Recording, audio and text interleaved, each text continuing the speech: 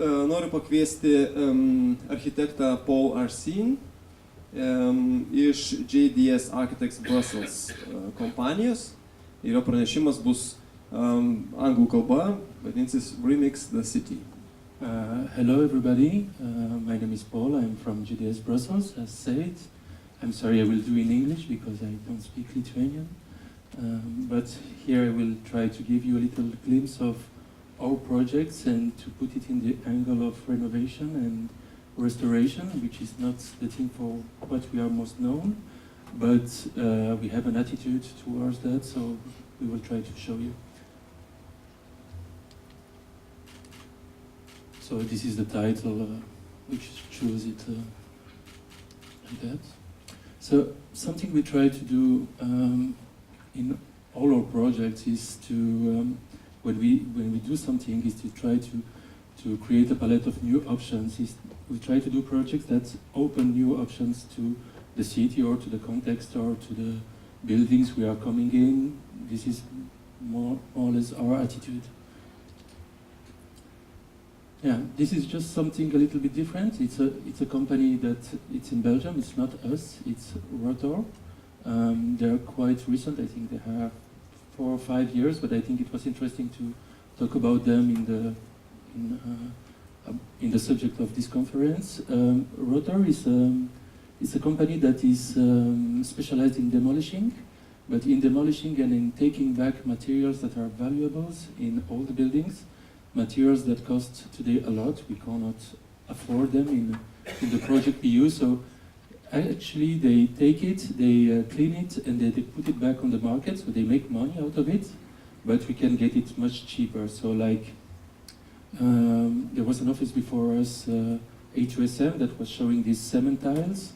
So the cement tiles are very expensive today, but like Rotor, they come back with cement tiles for cheap, and we can use it in our project. So this is circular economy, and this is very important when we talk about renovation. It's the whole process of it. Enhance, expand.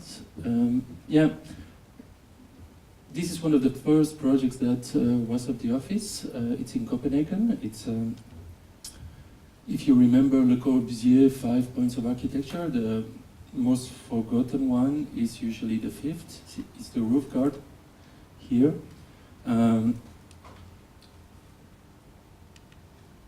So it's in Copenhagen. It's a building of apartments that is existing with owners, which is something a bit special. And actually the owners wanted to invest in their own building by adding 3 apartments. So it's more or less a capitalistic operation, but so they wanted to add some apartments on top of the building. But we wanted also to give some communal space that lacked actually to this existing building. So we did it on the roof, adding 3 apartments and a communal space. So this is how it looks like. It's green. You can play with it. It opens a lot of new options, a palette of new options, like I said before.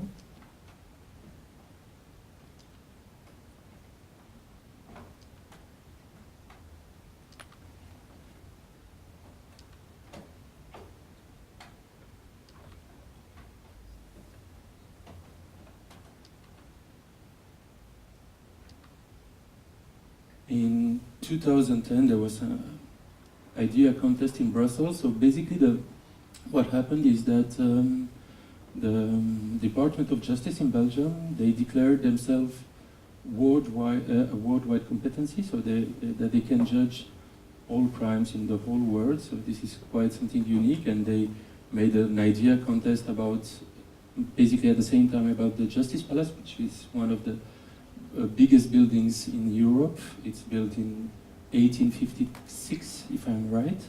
So it's out of scale. If you look at Brussels and the building, it's completely out of scale. It's existing, and our idea about this was to come with terraces. That's it's again the 5th point of Le Corbusier, but terraces and also a big agora in front of the building.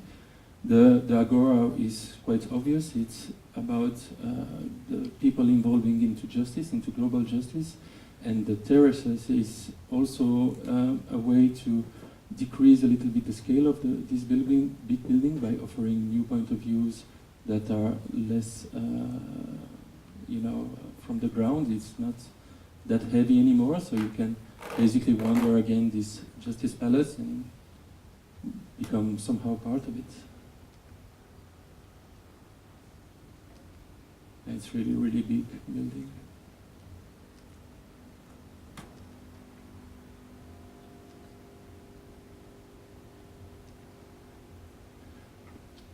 About context, we had a project, we call it the Secret House, and usually you won't ever know where it's exactly located, but it's in Brussels. And the client had a beautiful plot, beautiful terrain with nice trees, and the idea of this building was so here are the existing trees, so we came up with the idea of preserving to the maximum what was present on this special site. So this gave us an opportunity to come with a shape that protects actually the existing environment. Sorry, I'm trying to say it. And also play with the slope. There is a quite important slope in the site, so we took it as an opportunity to create a leveled house and preserving all the trees. So this is the entrance, so it's quite, well, you can see it, but it's not too special. So this is the house inside in the slope.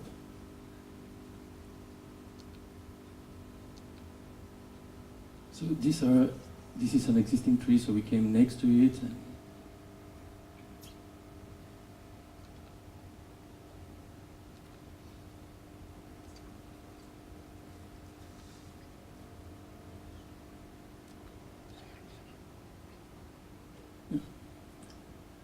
So this is a classic that we show usually in conference, but now what I want to say is something that usually we don't say in conferences. It's not exactly a renovation or restoration project, but it is a little bit, because the Holmenkollen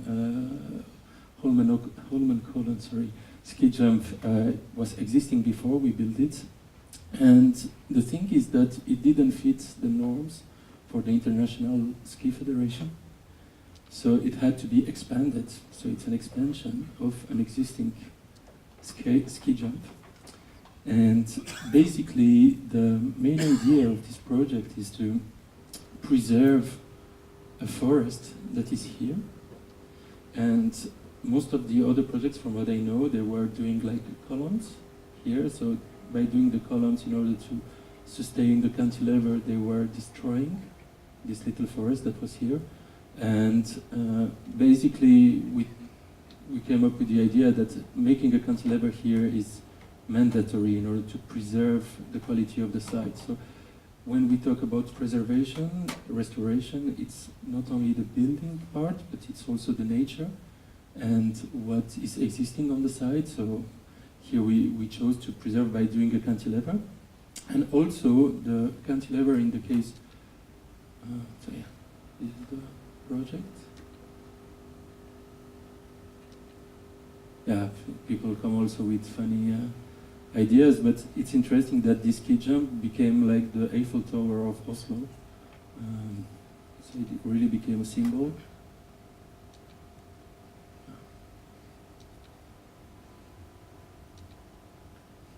Yeah, you can see it in different. I wanted to show you that actually. Is that the cantilever structurally is balanced. So by doing this kind of skiing, you actually make a cheaper project than with all the columns and all the foundations that the columns would have needed. So you preserve and you make a structurally more interesting project on the same time.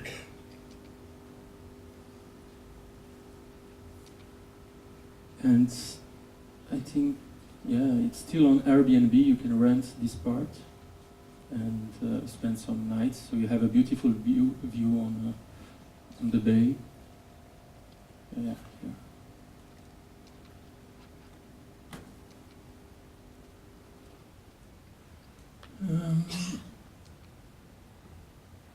This is a building we're busy on. Actually, I'm personally very busy with this building. This is a contest we won 2 years ago, and it's still ongoing. So now we are at the building permit phase, and it's in Charleroi. So Charleroi, it's a city south of Brussels, and it's something special because it's an industrial city. It's not very beautiful, because here you can see on the background there are some hills. So these hills, for instance, they are the residue of coal mining. So when they mine coal, they come with all that rock that comes from under the earth. And at the beginning, there is no vegetation on it. So for like 40 years, Charleroi was a city that had like these gray hills and a lot of industry. You had a lot of smoke in the city, and now it's changing a little bit. And these hills, they made it their logo actually. So now they're becoming proud of their industrial heritage, and so we won this competition because we also took this as a reference. And basically it's a congress facility. So here there was the Palais des Beaux-Arts, so it's the Fine Arts exposition center. And here is the new conference facility that the contest was about. So these are the drawings. So it's a 600 person facility. It's a passive building, so it's a project that is funded with European funds, because it's a region that is quite poor in Belgium. So it's European funds that fund this project, and one of the requirements was that this building is a passive building. So this can be discussed. Is it right? Is it not right for a conference facility? We have, of course, our opinion on that, but it was a requirement, so we could not discuss that. So here is the ground floor. This is the upper floors. And basically this is inside. I will show you outside. Outside is, I think, more interesting, because we wanted to treat this building as a hill, and the hills that I was talking about.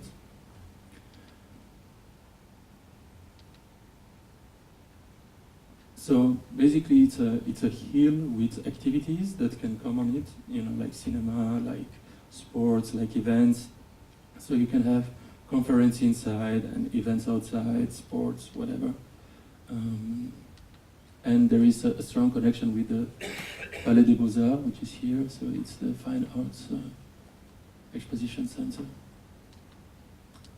And well, the final image now, I can't show you right now, but the final image is quite different from what it is here, but the concept is still the same. I think it's even better.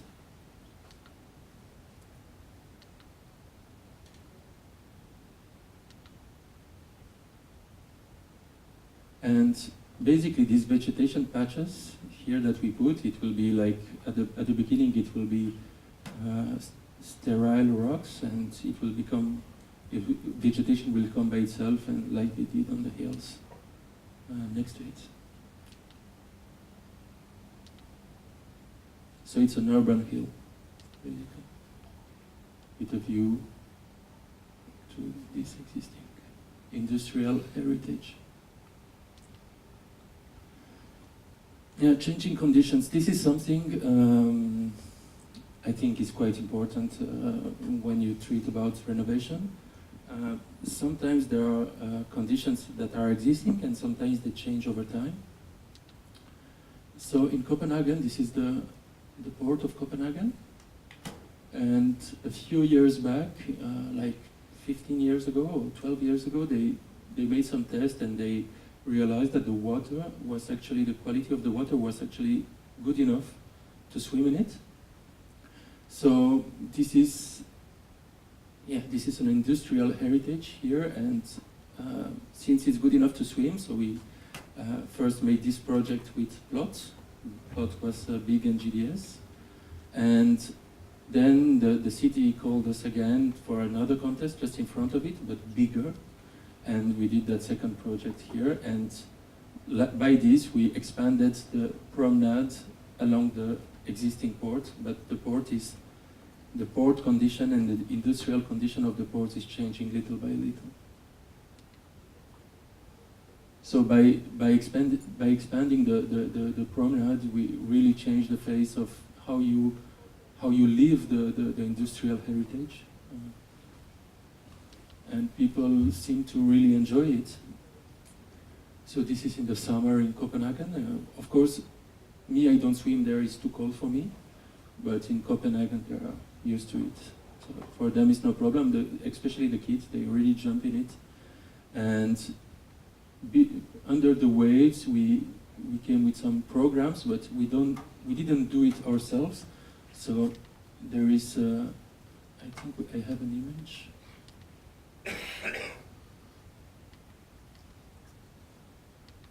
Yeah, here. So this is a company that rents kayaks, and so there is program coming inside this wave. So the waves is just the opportunity maker, and then the opportunities happen, and yeah, the market, if I can say, comes with some functions that fit that options maker.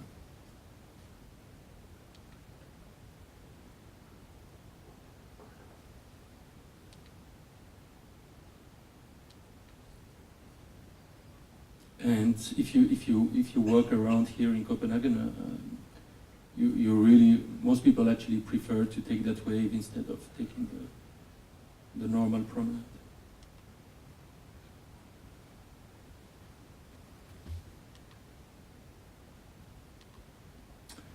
Here it's a project we worked on in France, in Paris. So this is an old warehouse that is, I think, 600 meters long. It's a very, very impressive building, and a few years back, Oma and Xavier de Gator, they did a master plan on it. Actually, the master plan of this warehouse is part of a much bigger master plan. So again, we are talking about the changing conditions and the fact that what used to be an industrial space can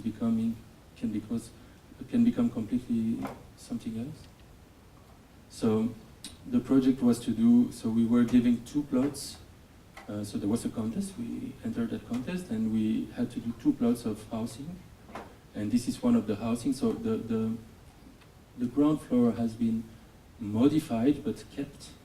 So there are warehouses, there are shops, there are many, many things. And on top of it, we come with the housing project. And there are also parts where this big warehouse has been demolished in order to create gardens. But, yeah. So this is our project. We call it the Ziggurats. It's mostly because it has a shape of like stepped pyramid. And and yeah, this is a mix of private and social housing inside. So.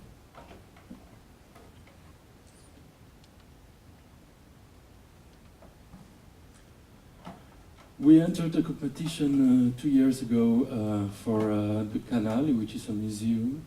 It's in a collaboration with the Centre Pompidou of Paris, but it's in Brussels. And the building is it's actually an old Citroën, so the car brand Citroën. It's a Citroën building in the center of Brussels, and it's an Art Deco building. So this is a part of the building, so it's very, very impressive, but in the 30s. It's like a cathedral of glass, almost. So the city bought the building 3 years ago and decided to make a contemporary art museum in it. So it's everything here, plus here, and here it's a theater, so we had to make a connection between the existing theater and the museum program. So this is inside, it's really, really impressive. If you go to Brussels, the building is open now. It's not yet the winning project, so we didn't win this project, but the winning project will be done in like 1 year, I think. And for the moment, there is already an exhibition, but with the existing building, so there are cheap flights. You can, if you go to Brussels, don't miss that building, honestly. And so we entered that competition with Diros Cofido and Renfro, and yeah, a lot of consultants. I think this is the hardest part, actually, in this kind of project, is to manage this. And the architecture comes by itself if you can do that, but this is really the hardest part. So this is the program that had to fit into the building, so we decided, I will just sit down because my back is a bit hurting, but so this is the whole program that we had to fit into the existing building. We decided to touch as little as possible the existing building. So these are the existing axes that were existing. This is the glass cathedral that was on the corner. So this was the showroom for Citroën, actually. This is where they showed the models. And in this building, that was the repair shop and everything. So these are the existing axes. We wanted to increase the connection with the canal, which is a waterway, industrial waterway here in Brussels. And to make a promenade around the building in order to show different point of views on the existing building and also connect the functions. This is our project. Also, we took the opportunity to redraw the whole square and the whole public space. I think it's important, of course, to work on that and to work on the building, but if the existing public space is not fit enough for this building, then it's useless. So you have to create also what is around. There is also an architecture museum that will come into these buildings. Imagine how it can look like. So this is on the roofs of the existing building. This is the existing rear facade of the existing building is like that, so it's really interesting and a little bit like the Centre Pompidou, we added some promenade. Also a crane that is not existing, but in order to move all the art pieces. Yeah, one of the first project of the agency is the gang school. So this was 2 existing warehouses that were transformed into youth school. So it's mostly a sport facility for young people, but also some offices. So these were the existing warehouses. So there is a connection downstairs on the ground floor, but we created as well an office connection on the upper floors.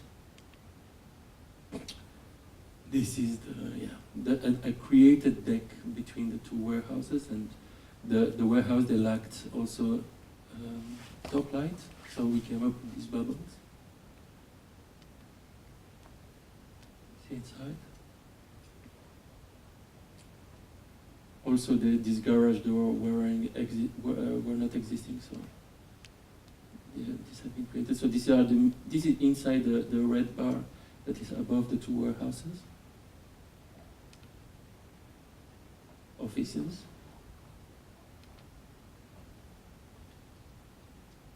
U-glass is something that you can't really use anymore because of thermal insulation issues.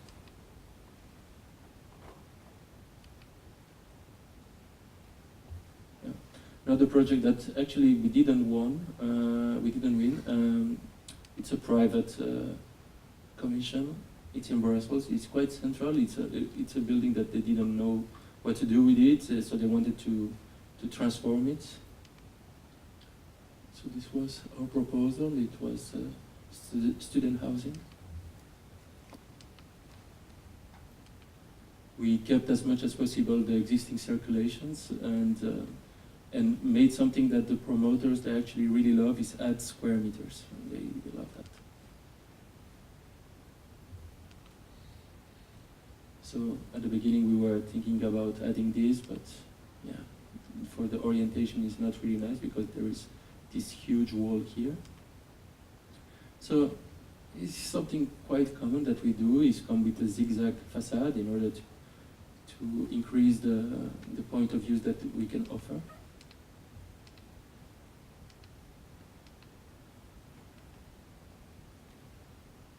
And this is the back, the detail of the back. And actually it was funny because I was talking about this project with so it's something different that has been built on this site, something very, very early. And I spoke with the contractor that built that ugly building, and when he saw this, he said, I didn't even know that you worked on this site, and it was pity for him that we didn't get it, but it happens. Yeah, quite old project, École des Beaux-Arts in Nantes, so fine arts school in Nantes. So this is part of an existing master plan, so we just had one part of the master plan to do. And actually, yeah, let me show you the next image. Yeah, actually there were existing warehouses on the site, but the master plan wanted to create some connection and some streets, like yeah, we had to demolish that in order to create the streets that the master plan wanted. But we decided to keep the warehouses as much as possible, and to create a new entrance for this new building block, actually.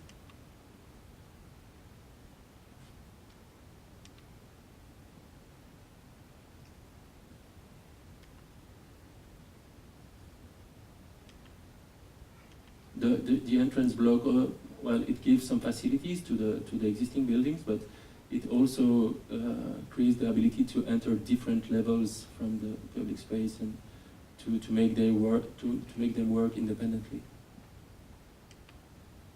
So this is inside with the existing structure, and the work we wanted to do inside, we didn't win this contest. Yeah, I wanted to make a little point here, because I am in Lithuania, and I think we share something in common. Me, myself, I am Romanian, so I come from an ex-communist country too.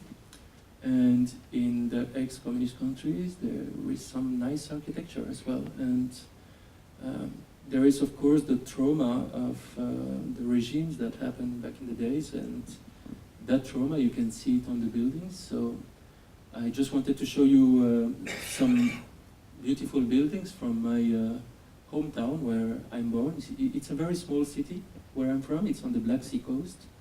It's called Eforie, and it's 10,000 people during the year, but in the summer it can go up to 80,000 people. And we have beautiful buildings that are in a special condition today. So this was the center, what they call the civic center back in the day. So it's built in 1961. And it's a commercial center, a mall. We are in a mall here. It's very different than what it used to be, but of course the economy wasn't the same back in the days. So this is a building from 1961. It's very, very sleek, very modern. And today, with, I can say, badly understood capitalistic logics, people, they divided that building, and there is a guy, actually, he built his home in it.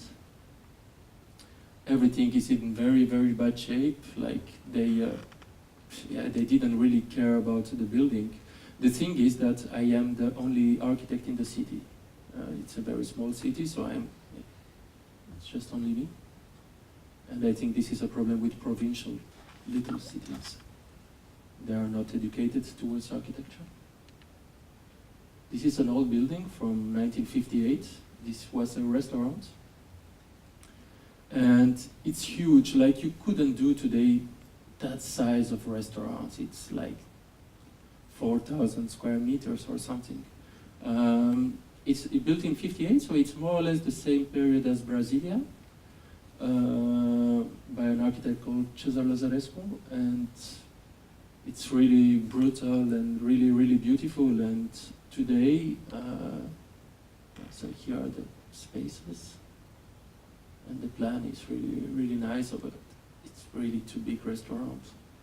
And today the building is abandoned. I mean, I just show you some buildings, but there are tens of buildings like that in my city. And why? Because the owner, which is basically the brother of the mayor, because corruption, he doesn't know what to do with this building. So this building has lost his logics. And we as architects, if we want to save this kind of buildings, we have to find for them new logics. And we become more logic designers. And because, okay, the restoration of this is not hard. It's a technical thing. Okay, you can choose materials, you can choose a lot of stuff, but who is in charge of the program and in charge of finding new logics for this building? The thing is that if we let, as architects, if we let the market do it, and if we let the investors do it, then we end up with this. Because people lack education. And if architects come with new logic, then maybe these kind of buildings can be saved. So yeah, it's very, very pity that this building is in this state. From the information I had, the owner, he just waits that to crumble and to demolish it and to build a new hotel on it, which is very sad. So I hope this can be saved. This is another restaurant. It's 200 meters from the other building. It's the same architect. So the guy that owns it right now, he made a kind of shitty restaurant on the ground floor, but that doesn't work, and now he wants to make a spa, thermal spa out of it.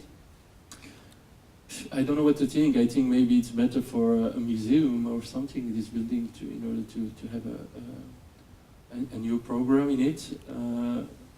But yeah, the thing is that the city has no ideas, the owner has no ideas, and the architect doesn't do anything. So I made a page in October that is about my city, and that talks about this kind of buildings that exist in the city. And now I'm very proud, 500 followers, but I realized that people had no idea actually about the patrimony and the buildings that existed in the city, and that they are precious actually. And hopefully by going social and by informing people, this may become a part of the political agenda of the city, So you have to act, actually. So yeah, that's the point. So yeah, make your point, so make your own opinion. Sometimes we are afraid of making our point and telling our opinions, but at the end of the day, when you publish them, you realize that they are not worse than others' ideas. So you have to be proud of your opinions and to make them, to say them loud. Build awareness, and I think this is something that our profession is evolving. So yes, of course, there is the technical issue, there is the artistic part of architecture, but more and more we have to lobby somehow and to build communities and to make a website about something we want to promote or not. So we have to become also, to have also that capacity, and then finally act, actually. So yeah, that was it.